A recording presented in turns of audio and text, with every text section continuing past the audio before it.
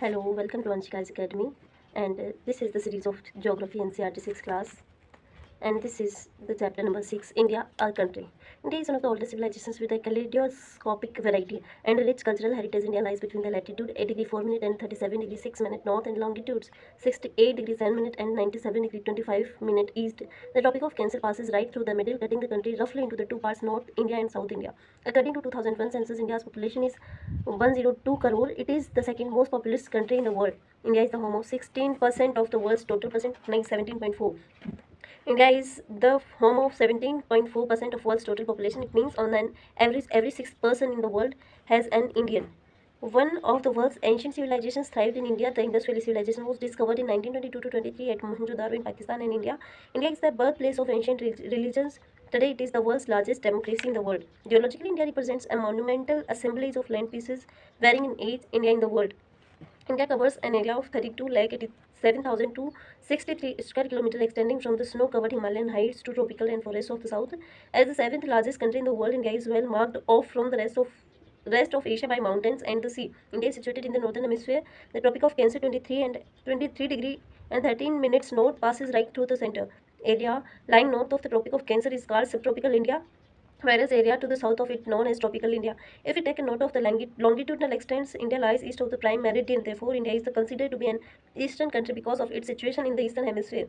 India is situated on the international highway of trade and commerce linking east with the west. India is well connected to Southwest Asia, Africa and Europe, and even North and South America through the Suez Canal and the Cape of Good Hope. India is connected with Southeast Asia and Australia as well. Indian neighbors.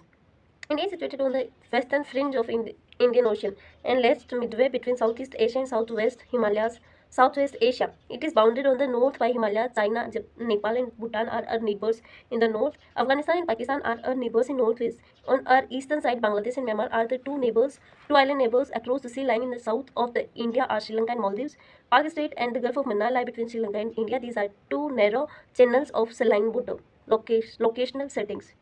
India's three sides are bordered by oceans: Bay of Bengal in the southeast, Indian Ocean in the south, and the Arabian Sea in the southwest. India measures nearly 3,214, 32 kilometers from north to south and about 29 kilometers from the east to west. It has a land frontier of 15,200 kilometers long. The coastal length of the coastline of the mainland Lakshadweep Island and Andaman and Nicobar Islands is 7,516 kilometers. Its mainland coastline stretches to 600 kilometers. India is situated at the center in southern part of the continent of Asia.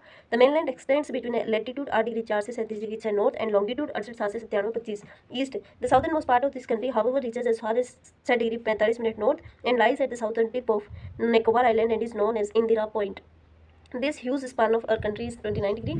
This is responsible for the variety of climate, soil, natural vegetation, and wildlife that we see in our country. Indian continent experiences a lot of variety in climate. Also, great height of the Himalayan mountains is responsible for the cold climate in the extreme north part of India. The northern part of India lies fairly far away from the equator. It is therefore colder than the southern part. Places around the Tropic of Cancer will have hot and humid climate.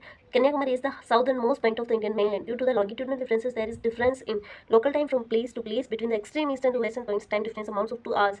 The sun rises 2 hours earlier in the Arunachal Pradesh than it goes in Gujarat. It is because the earth rotates from west to east. West to east places lying to the east receive sunlight earlier. We follow a common time all over the country. Thus, there is only one standard time for the entire country. Various phases of our country. The Great Himalayas comprise the northernmost part of the Himalayan range, and it is the world's highest range with an average altitude of 6,000 meters.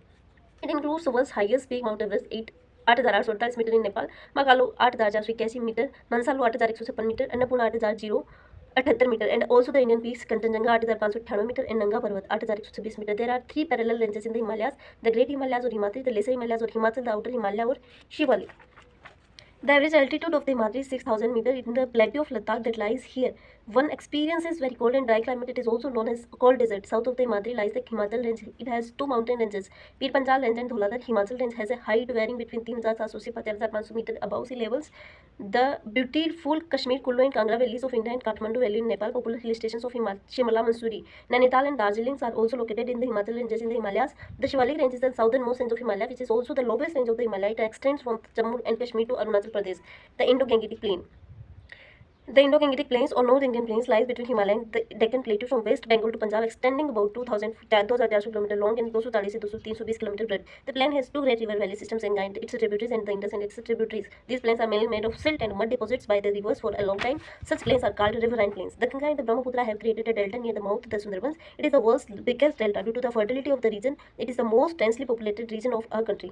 The tributaries of Indus are Satluj, Ravi, Byas, Chenab, and Jhelum. The Ganga originates from Gangotri glaciers. The Yamuna, the Ghagra, the Gandak, the Kosi join the Ganga from the north and the south. The Damodar, the Chambal, the Betwa from the south. Most of the Brahmaputra river lies in Tibet, where it is known as Sangpo. Indo-Gangetic plain is a very fertile and the climate is healthy. This plain is very productive and rich in minerals. In this region, rainfall is heavy and agriculture is the main occupation of the people. The Indian desert Thar lies between the Aravalli Range and the Indus plains. Most of the desert lies in Rajasthan. The surface of the rocky part is covered with sand. It is more or less devoid of plants and trees. This region remains a desert because the annual rainfall here is less than 25 cm. Deccan Plateau. Deccan Plateau lies in the south of the Indo-Gangetic Plains. It is triangular in shape. The three sides of this triangular region are bordered by the Arabian Sea, the Indian Ocean, and the Bay of Bengal. Such a landmass bounded by the sea on three sides is called the peninsula. Eastern and western Ghats from its eastern and western boundaries. This plateau region is very rich in minerals. Beside the mainland, India has two groups of islands, namely the Andaman and Nicobar Islands in the Bay of Bengal and the Lakshadweep Islands in the Arabian Sea. Due to the presence of the seas, bays, and oceans, India has a long coastline. This has facilitated the growth of seaports. Narrow coastal stretches along the western and eastern coasts of India are called the Western Malabar and Eastern Coromandel coast plains. These are known as coastal plains or lowlands. Eastern coastal plain is wider than western coastal plain. It contains deltas of Mahanadi, Godavari, Krishna, and Kaveri. These deltas are very fertile and agriculturally prosperous. Western coastal plains is quite narrow and not more than 64 km broad. The plain is very fertile and gets heavy rainfall of about 200 cm annually. The climate is moist and equable. Here, states and union territories. India has divided into 28 states and 8 union territories. This division has been done for administrative convenience. These states and union territories have been further divided into districts and tehsils etc. India has been formally adopted as official language at the central level and thus enjoys the status of the national language. The Constitution of India recognizes 22 major languages which are specified in the 8th schedule of the Constitution. These are Assamese, Bengali, Gujarati, Hindi, Kannada, Kashmiri, Konkani, Malayalam, Manipuri, Marathi, Nepali, Oriya, Punjabi, Sanskrit, Sindhi, Tamil, Telugu, Urdu, Maithili, Dogri, Santhali, and Bodo. At present, India having more than 100 languages and 540 dialects. Important terms: delta, constitution, plateau, glacier, coastal. Delta, a triangular area formed by different tributaries of river before falling into the sea. Constitution, fundamental laws and principles according to which a country is governed. Plateau, land with a flat surface have high above the sea level. Glacier, a large mass of ice or mountains formed by snow that moves very slowly down a valley. Coastal, around the coast of a sea or an ocean. Thank you so much for watching this.